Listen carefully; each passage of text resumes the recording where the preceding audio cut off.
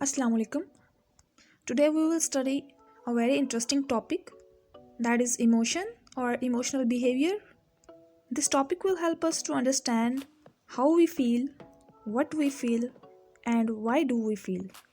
हम कुछ भी एक्सपीरियंस करते हैं तो उसकी जो फीलिंग है वो किस तरह से है और कैसे होती है और क्यों होती है. How, what and why.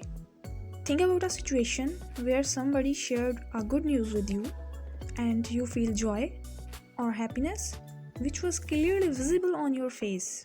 कोई खुशी की खबर आपने सुनी और उसकी जो खुशी थी वो हैप्पीनेस या जॉय की जो फीलिंग्स थी वो क्लियरली आपके फेस पे नज़र आ सकती हैं, आपके फेशियल एक्सप्रेशन से वो विजिबल हैं.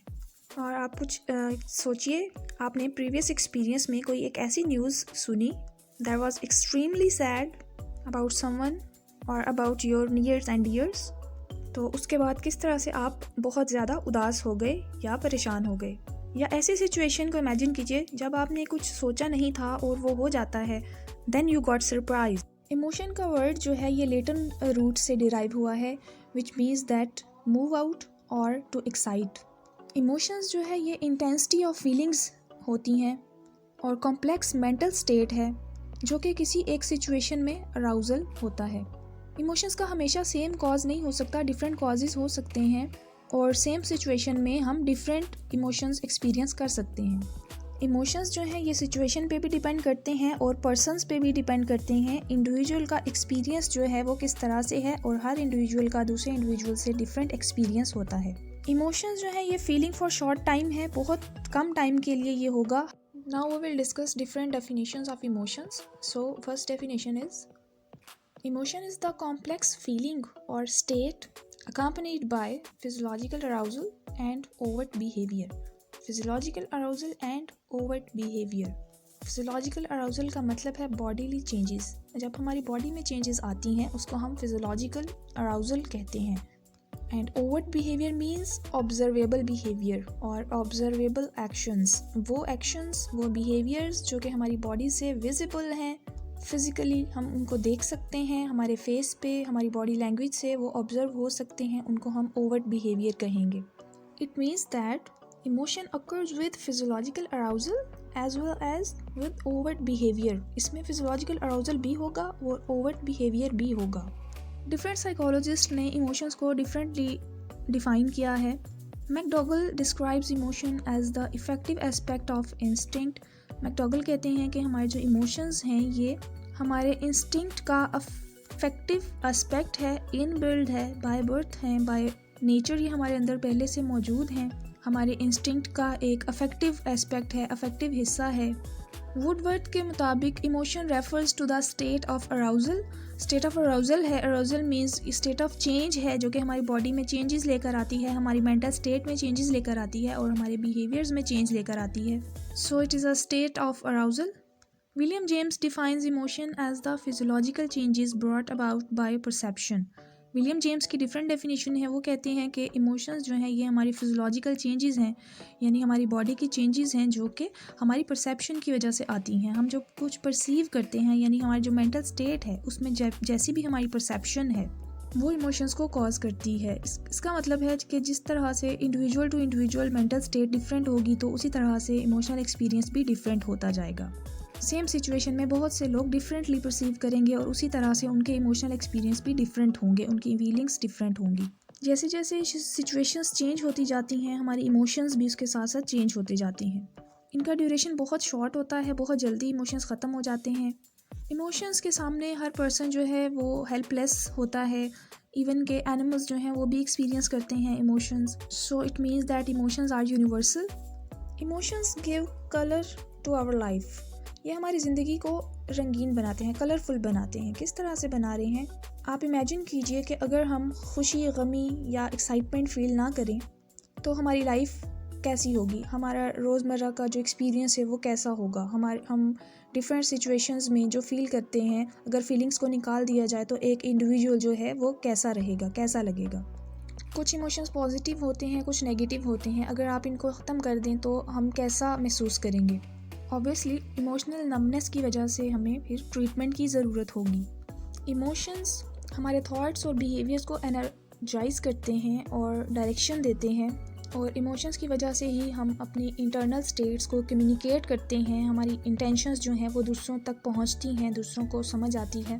इमोशंस हमारे सोशल रिलेशंस को ऑर्गेनाइज करते हैं, मोटिवेट करते हैं और उनको कायम रखने में मदद करते हैं। विलियम जेम्स ने इमोशन के 5 कंपोनेंट्स डिस्क्राइब किए हैं, जिनमें फर्स्ट आता है सब्जेक्टिव एक्सपीरियंस। सब्जेक्टिव एक्सपीरियंस का मतलब है कि किसी भी इवेंट का पर्सनल एक्सपीरियंस, एक इंसान जो पर्सनली एक्सपीरियंस कर रहा है उसको हम सब्जेक्टिव एक्सपीरियंस कहेंगे। सेम सिचुएशन में subjective experience person to person vary करता है। सेकेंड कंपोनेंट है फिजियोलॉजिकल अराउजल।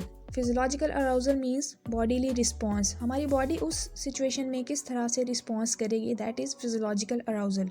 नंबर 3 है कॉग्निटिव अप्रेजल, यानी कि इंटरप्रिटेशन, यानी उस सब्जेक्टिव एक्सपीरियंस को हमने कॉग्निटिवली इंटरप्रेट करना है, हमने उसको एट्रीब्यूट करना है पॉजिटिव या नेगेटिव। जो वो इवेंट है वो क्या पॉजिटिव है या वो नेगेटिव है, उसको हम अपने माइंड में इंटरप्रेट करते हैं। वो अट्रैक्टिव है या रिपल्सिव है, ये हमारा माइंड डिसाइड कर रहा है through interpretation. Fourth component is facial expressions.